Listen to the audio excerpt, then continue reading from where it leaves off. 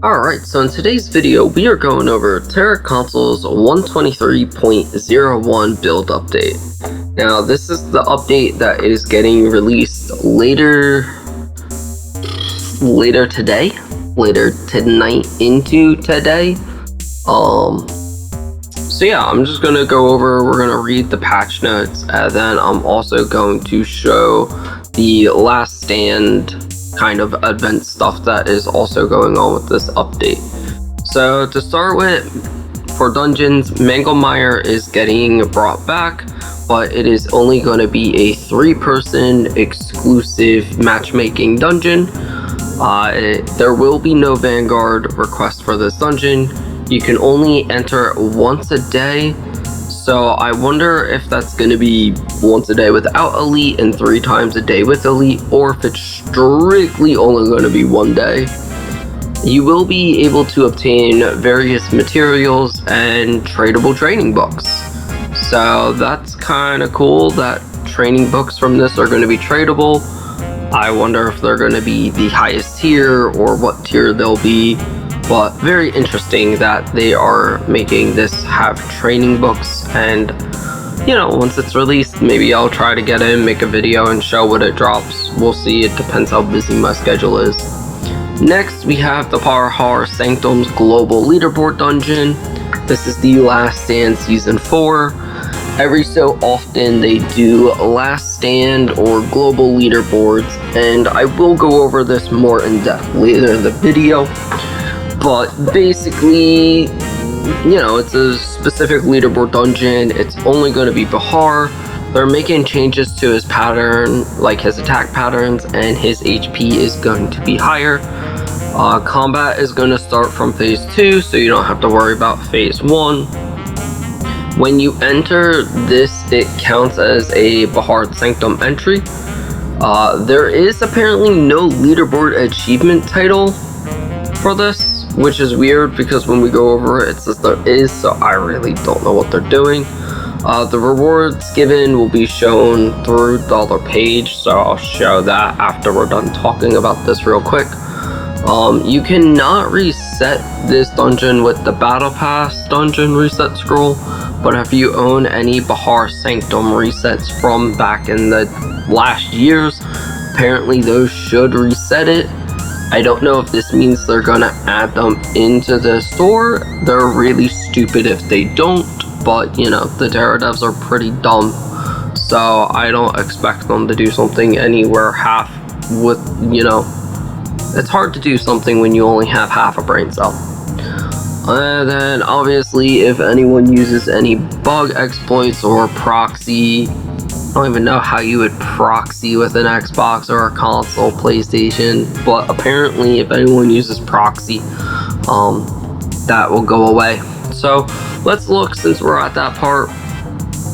The, you know, Last Stand Season 4 is going to feature Bahar and Pitapetrax, and basically for the top team or player, the highest team gets 200 training books, 50 diamonds. Second team gets 100 training books and 30 diamonds. Third team gets 50 and 20. And then 4 through 10 is 30, 20. 11 through 20 is 30, 10. Same rewards for Pitapetrax. I assume it's not a team for Pitapetrax, it's just single. And then down here we see the title will be temporary from, you know, this date to the next global leaderboard, and this is the date the global leaderboards, you know, end, and rewards can only be received once per account. So now the fact that this says there is a title and this says Bahar doesn't, I don't know if they just mean the title's for Pitapetrax. It would make sense maybe since Pitapetrax is here, but again, this kind of looks like it's for both of these, so I don't really know. The devs don't really put the best information out there, so we'll have to wait and see exactly what they mean for that. And if you want to read their content, you know, comment, I'll put the link in the description. I'm not gonna go through and read this, but before Bahar Sanctum, just the normal, the attack power of something strike is increased. So So they're increasing one of his attacks, while for Crimson Killing Grounds, the boss attack power has slightly been decreased. They're changing the entry count for healers and tanks. They're increasing all healers and tanks entries by 3. I think this is smart. There's not a lot of tanks and healers as it is, so now they get to run, extra 3 times, which is kind of cool. This is something Tera console did a while back, and they removed, so hopefully they just leave it this way. Honestly, I think this is a great way to convince more healers and tanks to play the game, but we'll see what they do. Changes that they've made to matchmaking only dungeons is now you can't match as a full team. I don't think you ever were able to fully match as a full team, but now instead of having even 4 people, you can only have 3 people. The HP will be reduced to the matchmaking difficulty. I think they just mean they're reducing the HP to these dungeons. The attack power's increase rate for dealers and healers from an additional effect obtained during matchmaking is doubled. So before, I guess healers and dealers got 5% when they matchmake, and now you get an extra 10% when matchmaking. They're making a change to Gillyglade, that being the jackpot chest has an increase of 2.5 times the drop. The composition of jackpot chest includes fluorite shards now, and the drop rate of room stat change stones is decreased, while the acquisition rate of room materials is increased. So basically, Gillyglade is going to be dropping more room materials, and the jackpot chest will have a better chance of dropping, and it will also include fluorite shards. Again, more dev comments that I don't care to read. Again, feel free to read. They're making a change to Pit of Petrax. Basically, they're just adjusting it to be a harder dungeon. The dungeon reward adjustments. The following dungeons will no longer drop fluorite Niveate stones and will be changed to fluorite fragments, and that's Gossamer Vault Hall, Killing Grounds, Drakon Arena, and Anthros Abyss Hard will all just drop the fragments instead of the higher level one. Seems fair enough. Vanguard Request reward adjustments. The amount of XP given from the Vanguard for these dungeons has been decreased, so Bahar used to give 1500, now gives 2500. Gossamer's Vault, 850 up to 1000. Kelsaic's Raid was 3000, now it's 10,000. And Kelsaic's Raid 10-person normal is 2400, is being dropped to...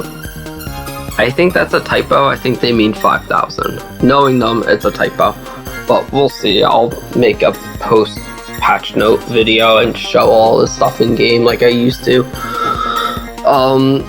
They are doing a guild emergency mission adjustment. This is for the guild BAMs, Anasha, Fragorous, and Saberneck. The gold rewards sent by mail are now doubled, which is kind of nice, and they're increasing their HP, which it's kind of cool to see that they're actually adjusting Rally, because I don't think they've touched Rally since I've played, or at least since I've been doing patch note videos. So that's kind of cool that they're adjusting Rally to actually be worth a bit more while to go to, and to increase their HP so they won't die as quick. Now we are getting some small class balance with this. Basically, ninjas, your damage, it says to monsters, I'm assuming bosses, is being decreased by a bit. Archers are also having a decrease in damage.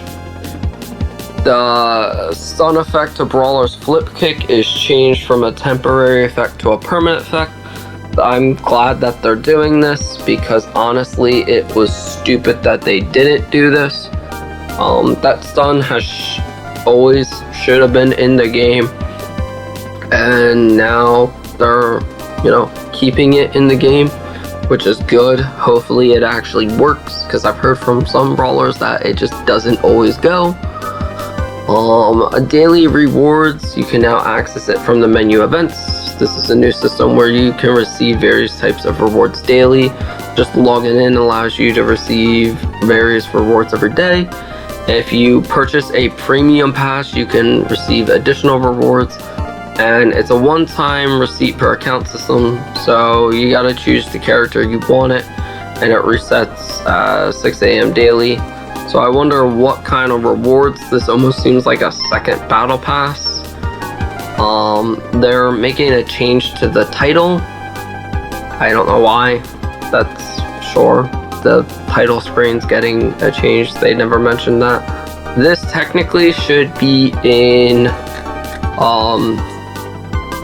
patch notes for Warrior, but they're just making it so that the weapons block damage is getting increased from 77 to 90,000, so war tanks will be able to block things a bit better, or the damage reduction, so warriors can take more damage when tanking.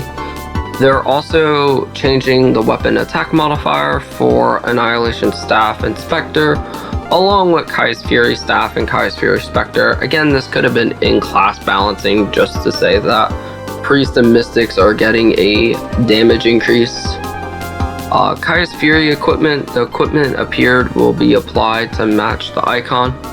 So, you know, now it's actually going to show us Kai's Fury. That should have been fixed months ago.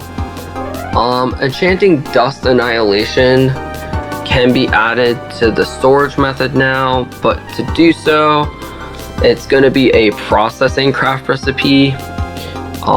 Enchanting Dust Annihilation 75 crate. Basically, you take the materials of Enchanting Dust. You need 110, you need 10 Fluorite Niviate, and 500 production points. And this will result in giving you 75 Annihilation Dust that you can put into the bank. If you crit, you get 100 that you could put into the bank. What I'm assuming this is that you basically turn 110 dust annihilation materials into 75 crates that will give you 1 per crate. You bank the crate, you don't bank the actual dust. That way you can, you know, move it to other characters, and you get this recipe from doing Bahar. So again, I'll try to run a few Bahars throughout the week and see how easily this drops and doesn't drop. Now we get into item XP, and if you watched my last video that I posted where things Tera console should improve, item XP was something that I said. I'm not the hugest fan of the way they did it, and personally I'll go over quite a bit of it. Feel free to pause the video and read everything, or go into the description to look at the patch notes yourself. But they're kind of doing the old school item XP, which is literally kind of useless if we're going to be honest. It's just pointless in my opinion. I don't like it. It's better than nothing, I will give them that. But again, they really should just revamp this system. And the reason I don't like it is because, one, it's only for Kaya's gear, it's not for Annihilation gear. And it's for all the gear below, which the gear below, I think they did a decent job with, potentially. But even with Kaya's gear, when you start at your enchanting +0 to +1, your base is 12%. And if you get, let's say it's the smallest at 100,000 item XP, and it's only 6%, your final is 18%. This 18% is dog water. It's not enough of a difference to make any value. And it's gonna be even more item XP. Like the first one is probably 100 and the last one's 400,000. And honestly, like the upgrade being 20%, giving you additional 10 at 30%, that's decent. That should have been this from the start for all of these. But no. The only somewhat decent one, because 30%, an extra 10% on an upgrade is actually okay-ish.